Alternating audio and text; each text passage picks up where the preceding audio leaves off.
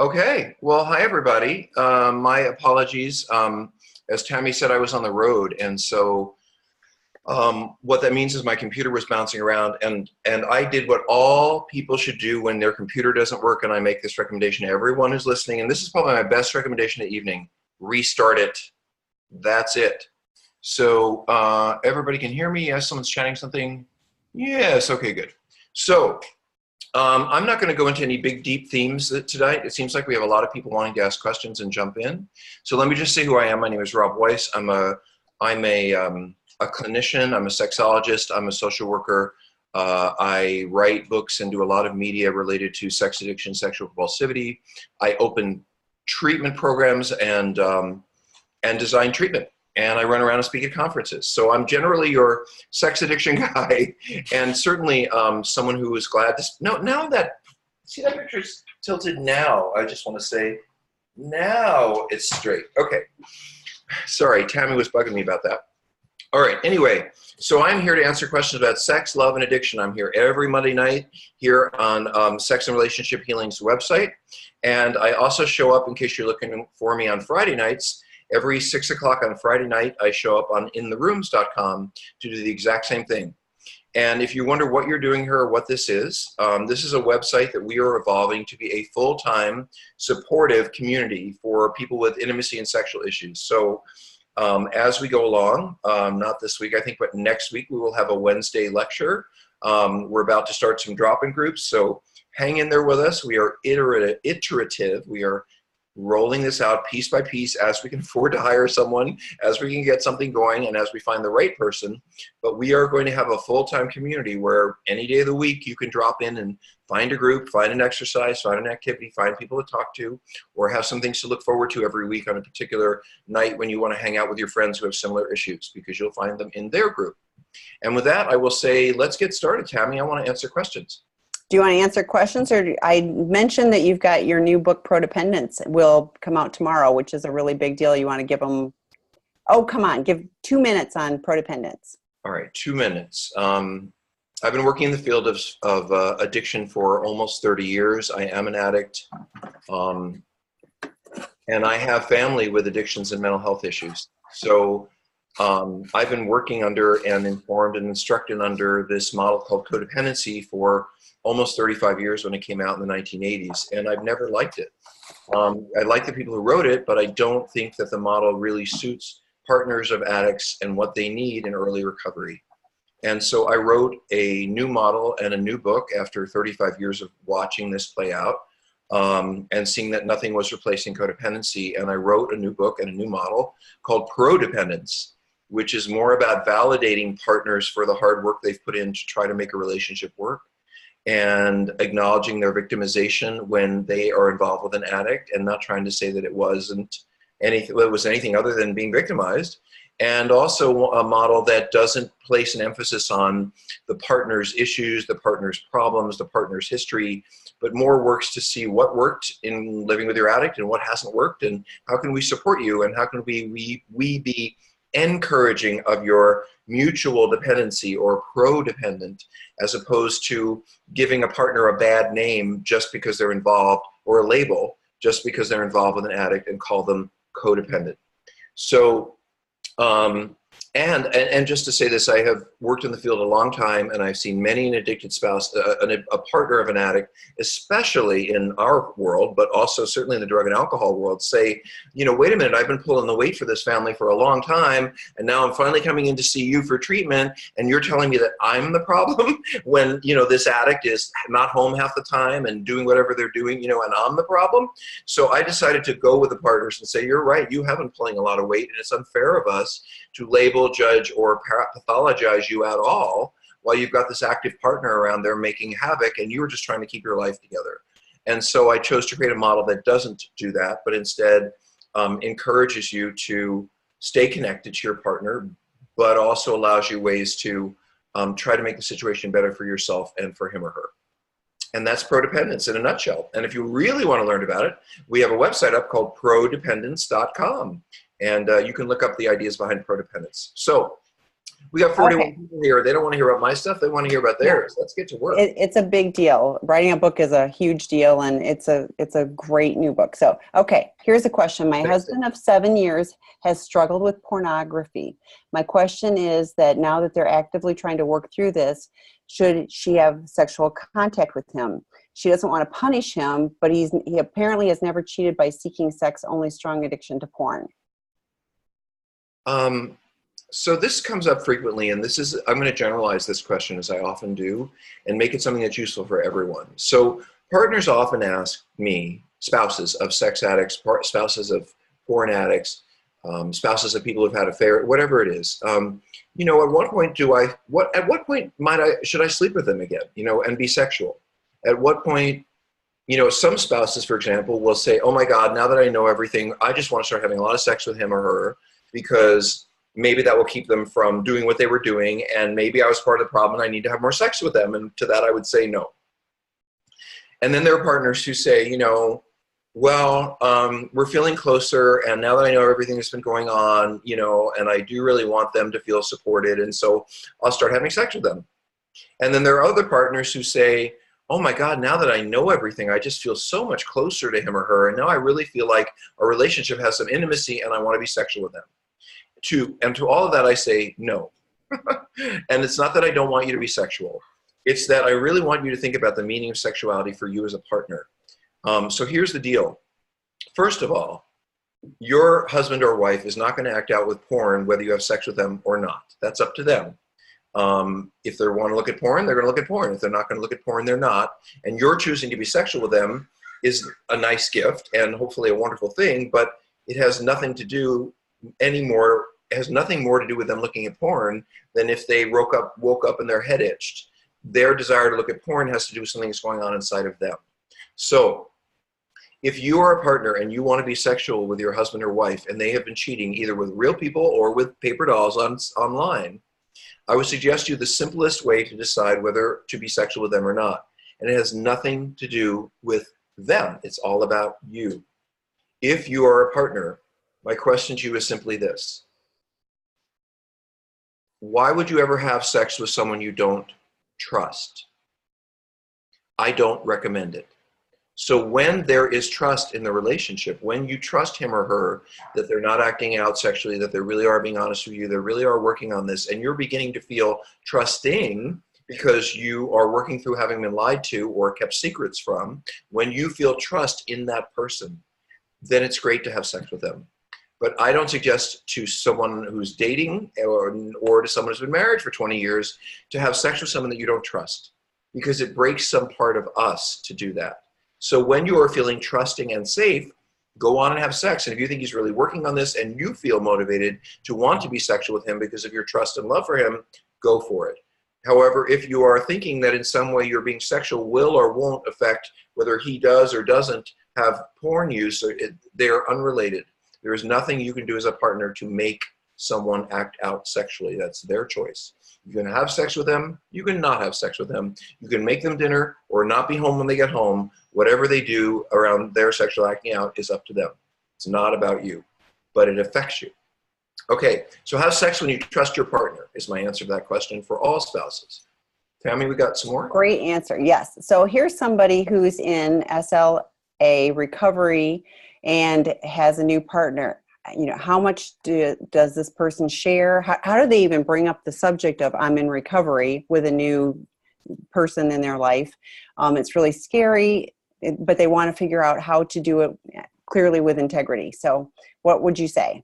And Tammy, let me get this right. These people are newly dating, and this is a man or a woman who has a sex addiction history, and he or she wants to be honest with this person that he's dating. Is it a man? Do you know? It appears that it's a male with a new partner, but I don't know if male or female partner. So let's just. This is a great question, and it gets asked quite a bit by single sex addicts, and that is male and female, which is I have this history, and someone I'm dating needs to know that I have this history. And if you have recovery and you've been working on yourself, you know that. You don't want to keep secrets from someone you're getting close to.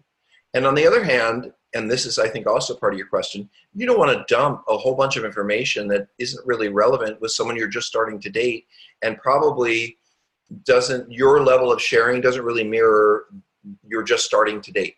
So here's a couple of things. Number one is, the worst thing you can do is to be on that second date or that third date, and you've known this person about, 10 days, and you think they're really nice, and then you just throw up all over them your entire history. If they're smart, they'll never go out with you again. And if they do, it's probably they have issues. However, so that's not useful. But what is useful is to slowly, in fact, on multiple levels in relationship to dating, this is a gift. You know something about yourself that you want to share with a partner, but you're not sure when to share it. Great. So share something that is, share something that's a little less life, changing, but is still personal. Like, if you're a sex addict, you probably know you have some issues in your history related to family. So you might say something to someone you've been dating for a few weeks. I don't tell this to everybody, but as I'm getting to know you and I think that we might be a reasonable couple, I wanted to let you know a little bit about how my childhood went, because it wasn't the best experience. So that might be an example of, I'm not saying that's what you have to use, but use something other than your sex life to begin to reveal yourself to that person. And here's the good part, notice how they respond, because this is part of dating. And when you reveal yourself to someone, you are being intimate, you're being vulnerable, and you're setting up intimacy. So that's your chance to observe. If you share something about yourself that's very personal, very intimate, like, my parents really didn't get along and there was a lot of fighting when I was a kid and I think I had a fair amount of trauma, I think that kind of affected my life as it is today. That would be plenty to share. But then watch. Do they say, oh, wow, really? Like I don't know anything about that. And that sounds like hard. Do they kind of get weird? Or do they say, yeah, everybody's had some struggles and I'd love to know about that when you're ready to share it. You are then seeing how this person responds to your vulnerability. And if you're being vulnerable, leaves them open and warm and wanting to invite more, then you're learning that the next time you might share a little bit more with them. And then, by the time, I would say a couple of months have gone by, you have, or 6 weeks, something like that, you've begun to share enough with them that this piece of it, which is, I have some addictive problems, fits in to the story that you've been letting out over a period of time. And most important, because this is about not just about you're letting them know, it's also about your feeling safe with this person and knowing that they might be the right person for you. If you're a sex addict, you have issues. You're always going to have issues. That's who we are. We got them hard and heavy early in life, and we still carry them around. So we need to let our partners know that that is our truth, but in little teeny bits over time. And I would say that, by the time I'm interested in seeing a lot of this person, like seeing them a few times a week, wait, let me back up. I understand love addicts want to see their new date 3 times a week. So let me back up. Once I feel that this is getting serious enough that I've introduced this person to all my friends, to some of my family, and it seems like it's going to go forward in a meaningful way. And I think once you've introduced a dating partner to other people you love and important to you, that sort of indicates it's beginning to go forward in a meaningful way. A couple of months in, I think you got to tell them. And I think the hardest part about being a sex addict and telling a partner that you are a sex addict is the following. And this you have to tell them too. I can't promise you that I will always be faithful. I cannot promise you that I will always get it right. This is my primary issue, and I have not always been faithful with other partners or other, whatevers. And I'm doing my best to work on this issue, but I want you to know that this is one of my issues. In other words, what you don't want to do is say, oh, well, I used to be a sex addict, but I really worked on that, and now that's not in my life at all, and because you're afraid you're going to lose them if they hear this. You have to be honest. This is the most important revelation you may make with this person, and how they respond and how you handle it together may make or break that relationship. So take your time, but be clear and be honest, and make sure that that person really understood what you said. Because they will come back to you, I promise, 3 years later and say, I can't believe we're still together and you didn't really explain this to me like that. They're going to be pissed. So better to get it out in the beginning and face rejection than tell someone later on and leave them feeling hurt and lied to. How's that? Agree. I agree. Okay. Well, and there's lots of education, at some point, if they are unclear about what sex addiction is, because there's a lot of confusion out there. People think that some people think that sex addicts are all offenders. Well, helping them understand what it is and what it isn't, would be really good. And obviously, we think we've got a lot of resources on this website. So, and yes, okay. and if you go to Sex and Relationship Healing and look under resources, you will find, I wrote a book called Sex Addiction 101. It is a 101. If you want someone to just understand what the issue is, they can read it. I imagine that will be a difficult weekend when you give it to someone on a Friday night and say, let's talk about this after you've read, or if you have any questions. But love is love, my friends. If someone really deeply gets you on an emotional level, then this is going to be something that they're going to be willing to take on with you. And if they don't, then they won't. And it's really better to know that and let them know that fairly early on. Right, because you do want somebody who loves you for your true self, not the illusion of yourself. Okay, so next question.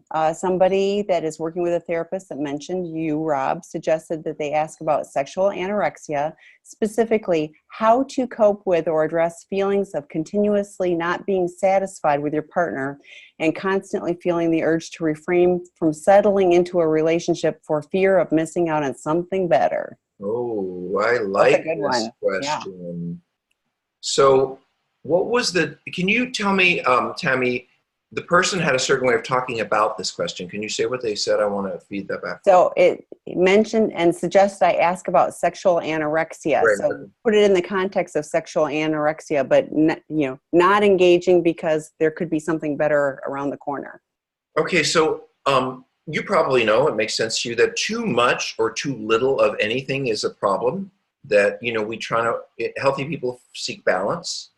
And so while having too much sex with too many people too often or with yourself is clearly problematic and leads to problems in relationships, avoiding sex is also a problem because it speaks to unresolved issues. It speaks to wanting to really isolate and not face a problem.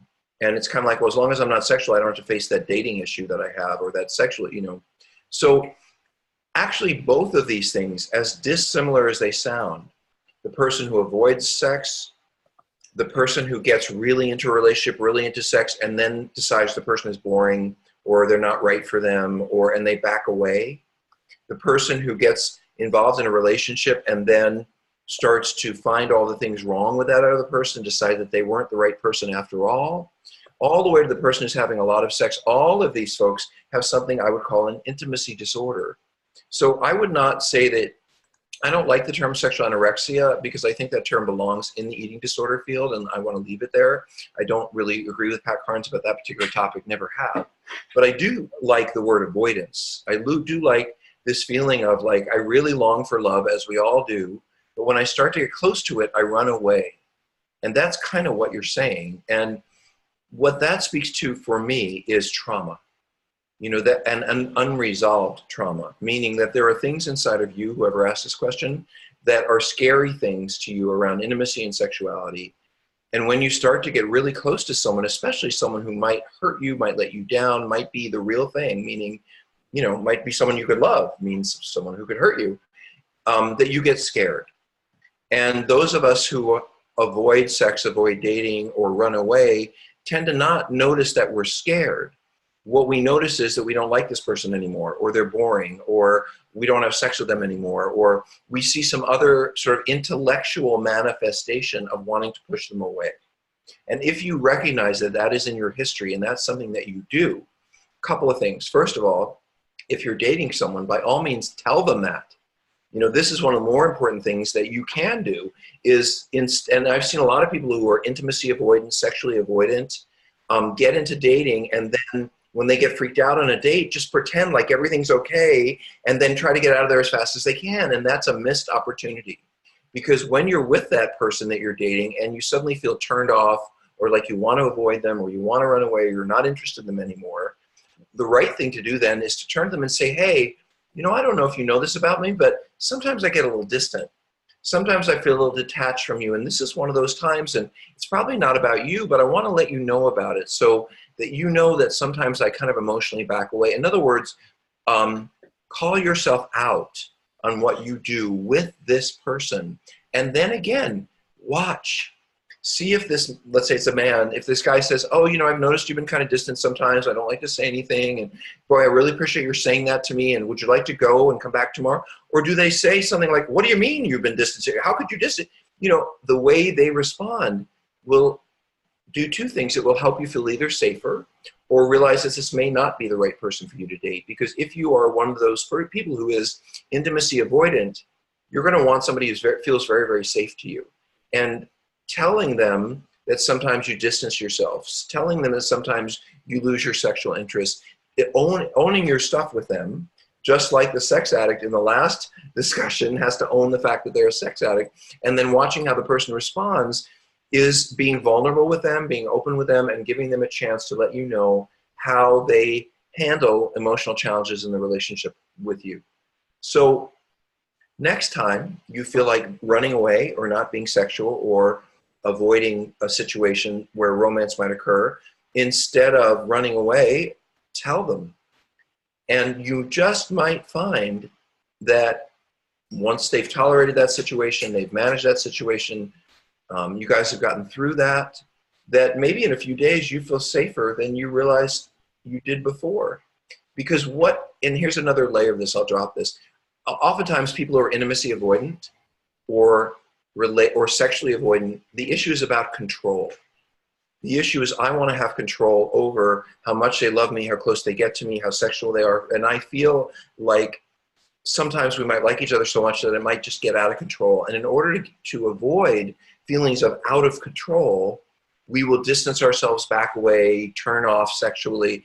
But here's the thing, if you kind of let yourself be out of control by telling the person what the issues are, you're actually empowering yourself in the relationship. And so you got to bust yourself on this stuff with someone you're dating and be very vigilant about being open about it when it happens, when you're with that person. And, you know, these are also issues that really are useful to go to a 12-step program for or find a therapist for, because we all deserve love. And I really, honestly, this is the truth. In the years of doing this work, I really have never met somebody who said, I don't want to be in a partnership or I don't want to be in a relationship. I've met people who say, I'm too angry to be in a relationship or too hurt to be in another relationship, or I've been hurt so much by relationships, I'm not sure I want to be in another one. But when it comes deep down, most of us want to be with somebody. Most of us want to be bonded and in a pair and in a community and in a home that we share. It's part of you being human. That's not to say that everybody has to be in a bond with another person. We can get our emotional needs met in community, in relationship, in support on a variety of levels. But pair bonding is what humans do. So if you avoid pair bonding, if you feel uncomfortable around pair bonding and the sexuality that lies within it, you know, those might be some issues that are really good to turn to a therapist around, especially a trauma therapist. Okay. I have recently realized that I'm a love addict. The bottom line for a love addict is just no more romantic relationships, right? No. I know. No, not at all. And let me tell you why. What you just said, and let me reinterpret it. What you said in another language to me is, well, I guess the answer to having an addictive problem with eating is just to never eat again. Not likely. So when we are dealing with substance use disorders like alcohol, drugs, or even some process addictions that don't involve vital life experiences like gambling or spending, you know, we can teach people to stop doing those things. You know, the drug addict and alcoholic needs to stop drinking and using and no longer engage in the use of mood altering chemicals, period, rest of life. Someone who has a gambling problem needs to do no more casinos, no more fantasy football, no more unsecured debt the rest of their life. But if someone has an eating disorder, I wouldn't say, well, guess what? You're never going to eat again. I would say, you know, in what ways is eating problematic for you? And they might say, well, the truth is it's when I binge eat. And then we might say, well, when does that happen? And they might say, well, I eat between meals, I go to buffets, I take second helpings. So those might be some of the things that we would say, well, that's not good for you. Let's put that on a list and eliminate sugar, second helpings, buffets. but what is healthy eating for you? And then we might put down a list of what healthy eating is. And guess what? As long as that person follows the plan that we've created together, then they're sober and they're healing. It doesn't mean they've stopped eating. It means they've stopped eating in a way that is self-destructive. So dating. I did the whole thing last Friday night in the rooms, but I'm going to do the whole thing again tonight for you guys. If you are a person, a woman in particular, who's done a lot of bad dating, and you've decided, I don't want to date anymore, I don't want to be sexual anymore, I'm just done, because every time I date a guy or somebody, you know, they tend to be a loser, or they're abusive, or they're an active addict, and I can't pick anybody healthy, and it's so painful, and I just don't want to do that anymore. Or you say, I'm a love addict, so I get into these intense relationships and then I run away, love addiction. Or I get in these abusive relationships and I keep chasing the possibility that this person will be nice to me, love addiction. There are many ways to look at this disorder. I would say the following. First of all, hopefully you're not dating right now. And if you're not dating right now, this is how you learn how to date in a healthy way. First of all, you join some kind of group or 12-step program or therapy group where you can get, if you're a woman, a couple of other women who will be, and I will call it this name, who will be your posse. These women will have your back. They will make sure that you do not date the wrong guy going forward. And then what you do is you sit down with those women who are going to be there for you, who say they will work with you on this for a time, and you spill your guts about your entire dating and sexual history. In fact, you might have even written it down, and you say, here are all the mistakes I did. Here are all the stupid guys I dated who ended up being this or that. Here are the situations I put myself in that ended up being this or that. And so you bust yourself with these women on all the terrible guys you've dated, all the poor decisions you've made around sex and dating, and you put that all out there. And then after you spend some time talking about that, grieving about that, looking at that with those women, you're going to sit down and you're going to make a plan for dating. And the plan that I use is called a traffic light plan. And that means, you know, what do you have in a traffic light? You have red lights, you have green lights, and you have yellow lights.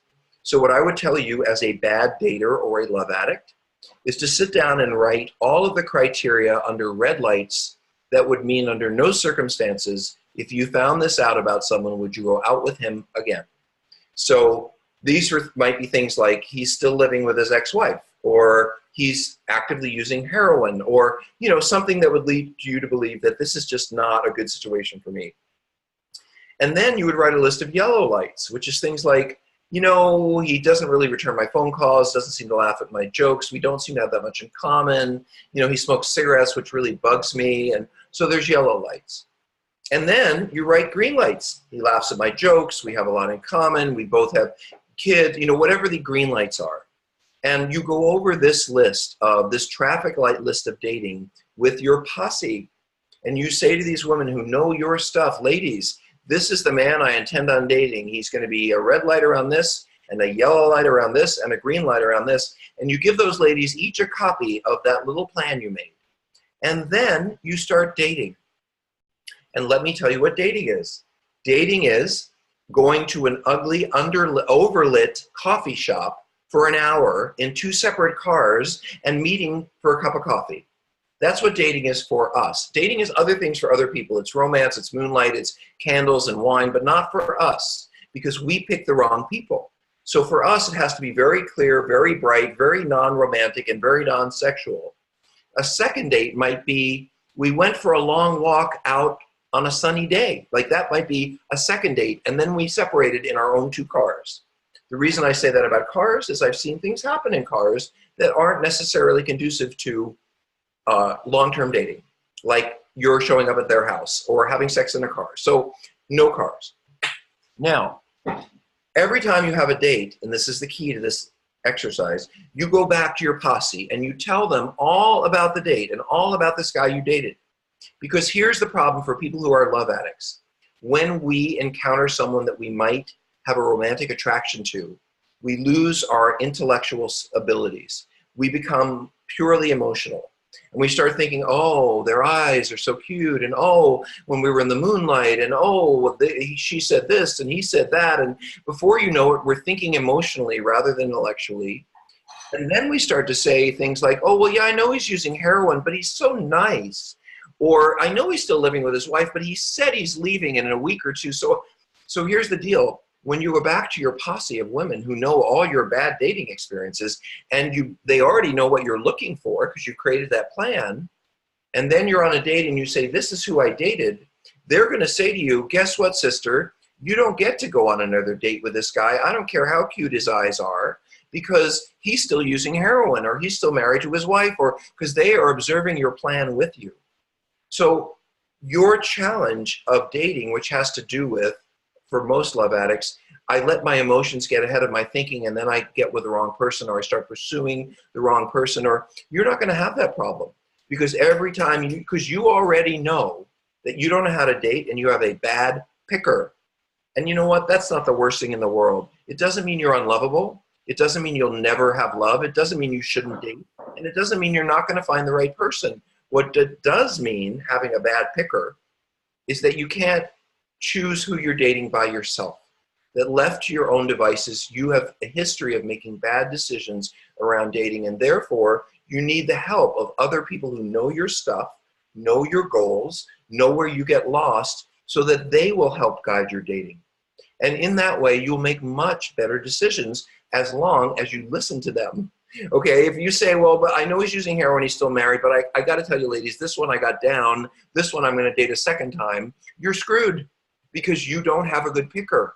And even if these ladies, by the way, have bad pickers for themselves, they're going to have a really good picker for you, because they're not in that moonlight, starshine, oh my God, he's so cute thing. They're just listening to you and wanting to support you. So can people who are love addicts or have a history of picking the wrong partner date? Absolutely. Can they find love and a healthy partner? Absolutely.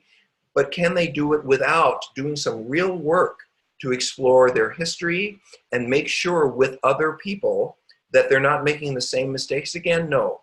That's the only way to have a healthy partner, is with the help of people who will guide you. So dating for a love addict takes about a year of work, all these things I described, before you're ready to really put yourself out there.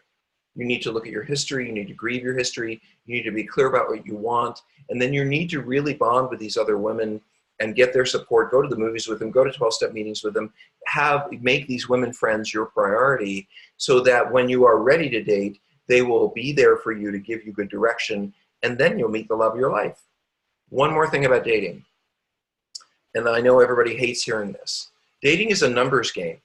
It just is. And most people give up too soon, especially people in this room. So I've been to a number of dating web seminars and trainings where all the therapists went there thinking that we were going for their therapists, to practice better therapy, but I promise that all the therapists were going there for ourselves. But anyway, I've been to a lot of dating exercises, and over the years I've heard the following thing over and over again, that it takes probably about 12 to 15 different people. That means 12 to 15 cups of coffee or two before you meet the right person. And the problem is, especially with people like us, that we get involved, we pass through a few people, then we get to someone that we might get a little something going with, and then we date them forever. And it doesn't matter that they're the wrong person, or we can see by the 5th date it isn't working out. We just keep dating them because we had a good feeling with them 3 months ago. And that's not healthy dating. Sometimes we give up too soon because something didn't work out that we wanted to work out. Or we give up too soon because, God, I've dated 4 people this year, and that's just too many. No, that's not enough. So there's a balance of really being clear on what dating is, really being clear on what you've done wrong in the past, really being clear on what you don't want to do again and what you do want, having the support of other people to guide you in the process. And if you're willing to tolerate all that, plus go to ugly coffee shops in the daytime for dates, you're going to have love faster than you ever imagined. I promise. Okay, there's 2 questions that are tied together. So one is, should CSATs also be APSAT trained? If not, why? Want me to answer this one? Go ahead. I mean, all we right. might have different opinions, but so okay. Well, all right. So I think for those who don't know what CSATs and APSAT is, CSAT is the ITAP training and certification for those who want to be certified as sexual addiction therapists through ITAP. APSATs is the and I won't get the right letters, but it's for partners. The Association for Partner Specialists is for betrayed partners. So for those people who want to work with betrayed partners, having either or both of those trainings would be great. But should they? It's entirely up to them whether they should or shouldn't. But I think training is great. So I think having the right foundation for it. Too many therapists hang up their shingles and say that they're treating this with really no clue. So that's my 2 cents. Okay. And by the way, Tammy, I No just want to say, we don't have to hang up shingles. Shingles is something you get all over your skin. Well, there you Hang up go. a shingle. Okay. You put out your Hang up shingle. a shingle. Well, there's I don't multiple want to really think therapists. you're going to get shingles from dating or anything, Anyway, I'm No. kidding you. I'm kidding you. So let me just say this. I agree with Tammy, and the more education, the better. APSATS is a group that is really dedicated to helping therapists use a prodependent viewpoint, looking at the partner as not inherently broken, looking at the partner as not inherently have something wrong with them because they picked this person, but more seeing the partner as a victim of circumstances they were not anticipating, which has now kind of ruined their life. So, I do think that there are a lot of therapists that are well-trained in sex addiction that still don't really understand the partner's perspective. But I will say, if they've been through good training, like CSAT is, or they read some of my books, they've been through some, they should understand the partner's perspective. It is something that we try very hard to help people to get. But if you've been a therapist for 20 years and you've taken a 1 month of training, that may not necessarily change your views of a lifetime. So, but I wonder, and Tammy, maybe we can leave this for this person to ask in another way. I wonder what they're afraid of. Like, if the person they go see isn't trained in this way or that way, like, what are they afraid will or won't happen? Because that's maybe more important than how someone's trained, is what are they really looking for from that therapist in couples work, and what do they really want to see happen and not happen? I agree. And even if they have training, it doesn't mean that they have incorporated that information into their work. So it's really important when you select a therapist to find somebody that you can identify with, that is understanding your needs and believes that they are able to help support you in making progress towards your ultimate goal. But I think I can say how I know if you're with the wrong therapist is, if you start telling your story of betrayal or violation or whatever, and they say to you something like, well, have you thought about codependency? Or why don't we look at your part in all this? Leave. And the reason I say that is because you don't have any part in someone choosing to see 100 prostitutes this year. You don't have any part in somebody choosing to have affairs and look at porn, and whether your relationship is happy or unhappy, whether you're fat, whether you're thin, that's someone else's choice. So any therapist who approaches you with, well, let's look at your part in this problem, I would say is not the right therapist for you. That part I can tell you. Okay. So next question, what causes a husband to spousal rape his wife? He won't give me the answer. I need to try and understand all of this. And he said, I'm making a bigger deal of it than it really is. Well, I'm just very saddened by that question. I've had a client, I worked with a woman who was being raped by her husband, and she was also an alcoholic who couldn't stop drinking. And she had been through several rehabs and couldn't figure out why she couldn't stop drinking until she realized, until someone asked her about sex and treatment.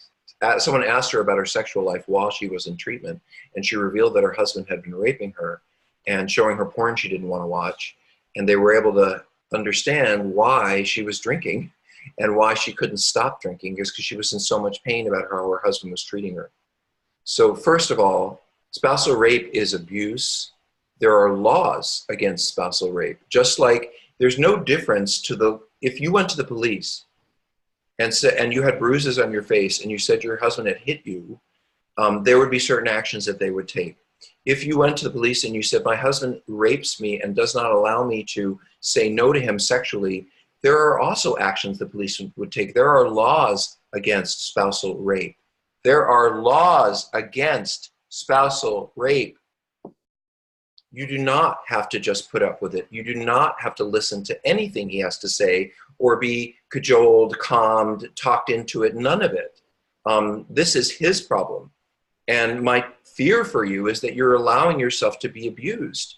You know, because to me, the question you asked is no different than you said, if you had gone on and said, my husband hits me on a regular basis and I have bruises I have to cover up with makeup, and how do I really live with a situation like that? I would say you don't.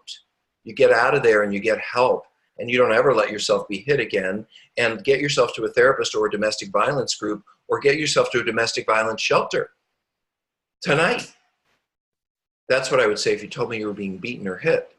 So if you tell me you're letting, that's not the case. If you're telling me that you're being sexually abused by your spouse, and you don't seem to be able to get to a no when you're feeling a no, then I'm telling you that's like arrestable behavior. So my fear is that you're letting this person abuse you, and you even see it as remotely okay, because there's nothing remotely okay in a relationship that is 20 years old or 2 weeks old. There's nothing remotely okay about your saying no and the person going ahead anyway. There's just nothing okay about that, no matter how long you've been together or what the nature of your relationship is. So I would love to see you get some help, because I don't think that you deserve, I don't even think this is something to discuss with your husband. This is the kind of thing that people get themselves away as quickly as they can for, and then talk about through a therapist with their spouse. So I'm just concerned for you, because you're experiencing, in my belief system, domestic violence, and that is never acceptable. And in the nature of the way you're asking the question, you're almost kind of saying, well, don't I just have to live with domestic violence? And my answer is to you, absolutely not. But you need the support and the nurturing of a therapist, your family, other people to help you get out of there. And until your husband is able to say to you, I have been raping you, and that is completely unacceptable and unloving and unfair, and I need to really get myself some help. Until he says that to you, I don't think I'd stick around.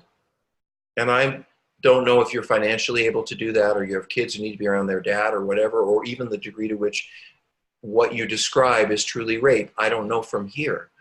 I don't know you, I don't know your situation, but I do know this, that you don't deserve to be abused. And sexual abuse is no different than being whacked across the face. It's abuse. Tammy? Okay. Next one. Sex addiction thrives on loneliness and secrecy. Fighting this addiction is very hard when your significant other is residing in another state or country. How do I build intimacy? Do you think this is an addict speaking or a partner? It doesn't say, but regardless, and it's in my question, I think it's how do we build intimacy, because it's going to take both of you. So why don't you answer it from that perspective? I guess, I've been in a long distance relationship. I married a long distance relationship. I now live with someone that I met in a long distance relationship, and we've lived together for 18 years. So I can't go out there and say, well, long distance relationships are bad, you just need to date someone who's local, because I would be lying. But I do think that a couple of things. I mean, what are you looking for here is really an important question to me. In other words, are you enjoying what you're getting online, and maybe you see this person very occasionally, and that's what you want, the two of you? And, in which case, intimacy will be limited to whatever you can do on a screen. And I don't know whether you mean sexual intimacy and romantic intimacy or relationship intimacy. Relationship intimacy is gained by letting your partner know you. The more you reveal yourself, the more intimate you are. That's how you grow intimacy, is by being vulnerable emotionally and letting someone know you as fully as you can, and being as honest as you can, as often as you can, despite the risks that they might not like what you say or do. That's intimacy. Sexual intimacy evolves out of that kind of honesty and being real in a relationship. At a distance, you can certainly be sexual on this screen, and you can be sexual and romantic when you speak to each other, and you can talk. And I have to tell you, sometimes I get along better with my spouse of 18 years on this screen when I'm out of town than I do when we're together at home. So there are certainly advantages sometimes to communicating like this, but but I want to ask you, what does your heart want? I mean, if this might lead to a place where you could live with this person, or they could live with you, or, something like that, I say great. And I'm assuming that you're both single and this isn't going on behind somebody's back. But there's only so much intimacy that you can evolve in this two-dimensional world. And I think when we get to VR and virtual reality, you will be able to be a level more intimate virtually than we are now with this kind of arbitrary screen. But ultimately, if you want to feel the arms of someone around you and know what it's like when they whisper in your ear that you are the most important and special person to them, you're probably going to need to be in the same room. So I would ask you, there's nothing wrong with evolving intimacy online as long as it's heading toward something that's live. Because if it's just going to be more online, eventually one or both of you is going to want more. And if that isn't possible, then why continue what you're doing if it can't ever lead to something that is mutually satisfying over time? That's my response. Okay. My partner cheated on me for many different partners for at least 2 years. He stopped 2 years ago, cold turkey. Since then, our sex life has dwindled down to almost nil. I'm interested, but he's not. He bought Viagra. That isn't really the issue. This person thinks it's a mental, emotional thing. Clearly, there are intimacy issues, which he's not willing to address. So thoughts? Well, I always say that I don't know you and I don't know your actual experience, so I don't know really what's going on. I do know that you told me that your husband sexually acted out or cheated on you for a long period of time, and so I don't know whether he might still be doing that or not. If he is, then he's having his sexual needs met elsewhere, and he's not really worried about yours because he's perfectly satisfied. And certainly I do, and if your man said, well, I used to be a sex addict, I used to do all this acting out, but I've stopped and I've decided not to do that anymore, I would really question, what did he do to stop? And what support does he have for stopping? And how do you know he's being honest now? And why would you trust or be sexual with him if he's hurt you so much in the past, and yet he's not really opening up as much to you in the present? You say he doesn't want to talk about sexual intimacy. How are you going to get closer? I told you, and I didn't say I told you, but I told the group, and I will repeat, how to develop intimacy. Intimacy is about being as open and honest as you possibly can, and then going even deeper to be more honest. And whenever you or your spouse need to talk about something, you get into it and you talk about it until you're done talking. So if your husband says, I don't want to talk about it, or this is your problem, or this is no big deal, that's non-intimate. That's pushing intimacy away. That's pushing you away. So my question, I guess, would be why, and it's your question too, why is your husband pushing you away, physically and emotionally? And the only answer to that I think, if he's not willing to talk about it with you one-on-one, is to get into some couples work and sit down with a therapist and say, look, these are and let me explain why. I was in a relationship many years ago where I had a lot of needs that I thought were perfectly acceptable. I wanted to plan vacations. I wanted to talk about buying a house. I wanted to move forward in my relationship with this person. And we've been together 3 or 4 years. And whenever I brought up things I wanted for the future or things that were important to me, I usually got a message back like, well, we've only been dating for a few years, or there you go pushing me again, or why are you always demanding me that I'm this and I'm that? And, I started to really feel like the bad guy because I wanted so much from the relationship. But I was also really unsatisfied. And so I took we went to therapy. We were a couple in therapy. And I said, we have these wonderful times together, and then I want this and that and this and that. And then you tell me, no, we haven't been together long enough. And well, when is long enough? And are you really in? And do you really want this relationship? Because really being in this relationship with me means we're doing this, we're moving forward, we're being sexual, we're whatever. And so the therapist turned to this person I was dating and said, okay, well, are you in or are you out? And he said, well, that's typical of Rob, me, right? Always demanding of me, always wanting an answer, always, wanting more. This is part of my problem in the relationship. He's never satisfied. And the therapist, who I am grateful to this day, said to my spouse at that time, you know what? I actually think there are things Rob needs and has a right to know. And when you're in a relationship for 3 or 4 years, he said to the person I was with, he has a right to know whether you are really in and wanting to grow this or you're not. And maybe you really do need to answer that question. And what this person that I'd been with for 4.5 years turned around and said was, well, I guess then I'm out. Now, had I tried to push that conversation in at dinner, at home, over the weekend, what I would have gotten was, oh, there you go, being too demanding, ask, and I will fall for that. I'm like, yeah, I guess I am too demanding, I ask too much, that is true. It took an outsider, it took that therapist to say, actually, those are reasonable demands of someone you've been with, and he gets to have an answer. So what I'm saying to you is that it may be very easy for your husband to convince you that what you want is wrong, or it's too much, or you don't have to answer it, or you don't have to have it. But that doesn't mean he's right. And it will take a neutral person or a neutral third party, either just you and them, like you going to therapy to get stronger and decide what's right for you or not, or both of you going to therapy to figure out how you can decide what is and isn't important to both of you and move forward. But for your husband to simply say, oh, well, you're asking too much and you're always needing this or that, and I don't have to respond, that's not okay. This is your husband. This is your spouse. You have a need. He can respond by saying, I don't feel comfortable around sex, or I'm not attracted. I mean, he can tell you whatever the truth is. But for you to live in this kind of longing, unmet longing, and be told that you want too much, or this is just not okay. This is not a healthy relationship in the way you describe it. Could it be made more healthy? Yes, but I think that you deserve a lot of answers to questions that you have that he isn't willing to answer, and I don't know why. Okay, next question. One of my husband's sex addiction issues is masturbation. He substituted me for it for 28 years ago, along with porn.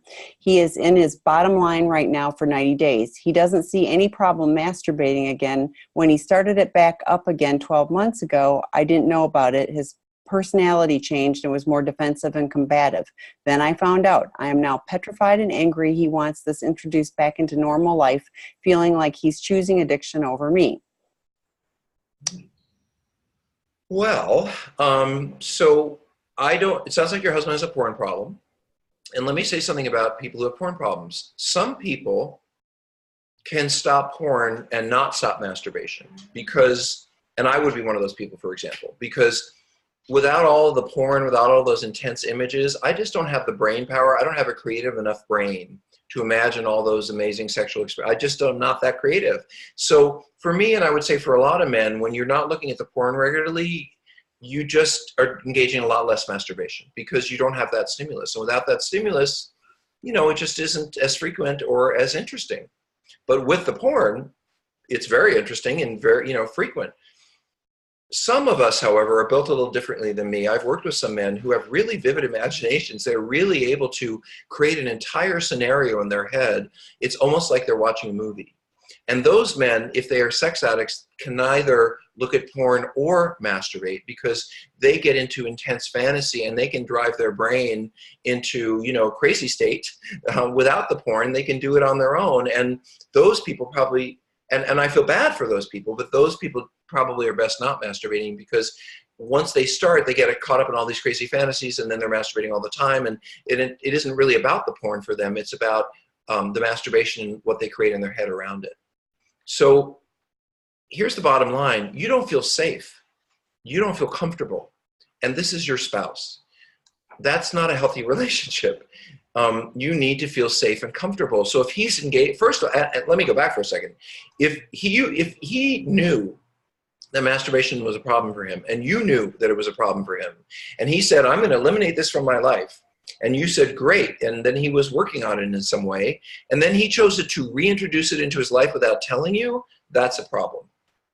Because if I have a problem, and I tell my spouse, look, if I tell my spouse I have a problem drinking, he probably, if he sees me with a drink in my hand 3 weeks from now, is going to get worried. So I don't think there seems to be communication issues with you and him. Also know this, that addicts often don't see ourselves very clearly. I could start drinking again or using again or spending again or whatever my addiction is, and yeah, I'm going to become defensive and shut down and not want to hear it from you and want to do my own thing, and because I'm feeling underneath like I don't want you to find out.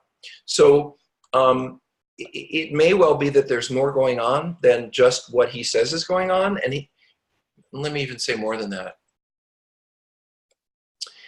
I said this the other night on In the Rooms, I want to say this here too, is my relationship criteria. Rob, my personal and professional relationship criteria. It's not a tough one. You can hurt me. I love you. You're my friend or my lover or my husband or my wife. You might hurt me or my kid, whatever. You might let me down. And people do that, you know, I can forgive that. But when you come back to me and we talk about it, if you can't own that you have a part in this, meaning that it, you know, I didn't just come up to you and make some horrible situation, that you actually yelled at me, or that you overreacted, or that you, in other words, if you can't own what your part is in the dysfunction, then I can't be friends with you. I can't love you, because I grew up in a family where I was always the problem for bringing up the unhappy situation in our lives that no one wanted to talk about. And so my family would say, well, you're the problem for bringing it up. And I started to believe that I was a problem because I brought up unhappy situations when they were uncomfortable, when in fact, I was the person seeing the truth and nobody wanted to hear it. So if you are seeing a truth in your relationship that you are not happy with, anyone who's listening, and your spouse refuses to talk about it or is unwilling to engage in regular communication with you about it, then you have a relationship problem. Because open, healthy, nurturing, loving relationships mean you can talk about anything.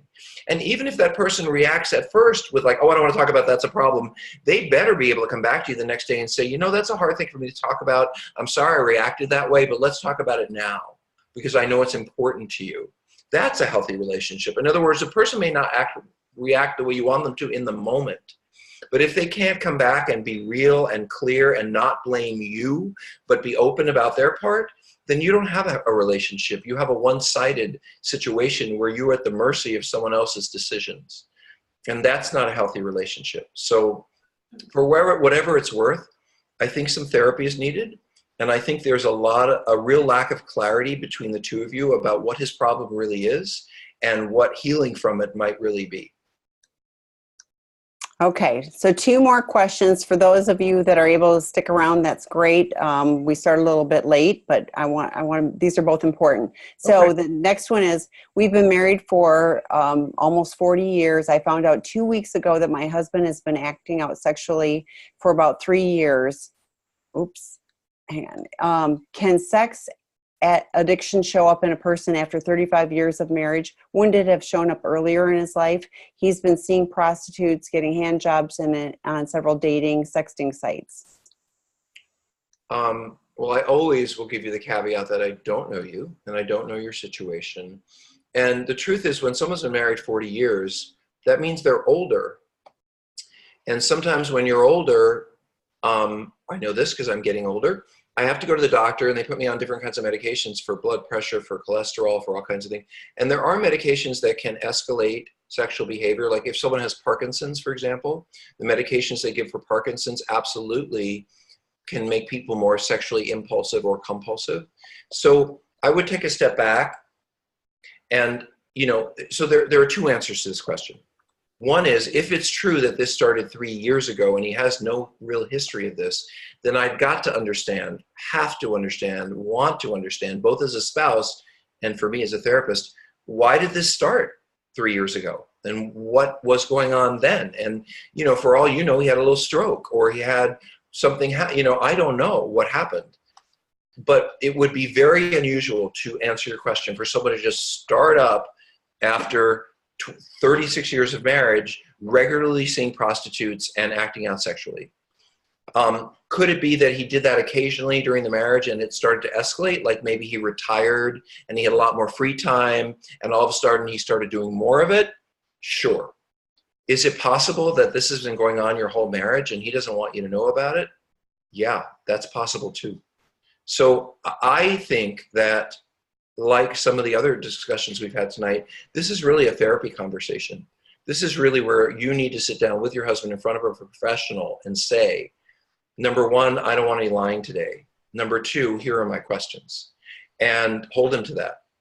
I'm sorry to say that someone who you have loved and lived with for 40 years can lie to you or may have been lying to you all that time, but I've run into many people who have.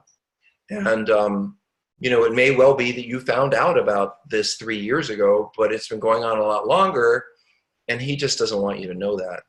Or it could be that he has some kind of issue that's come up in the last 3 years that you really both should explore. Like maybe he's on a medication, or maybe something physical happened, or maybe he stopped loving you. I don't know.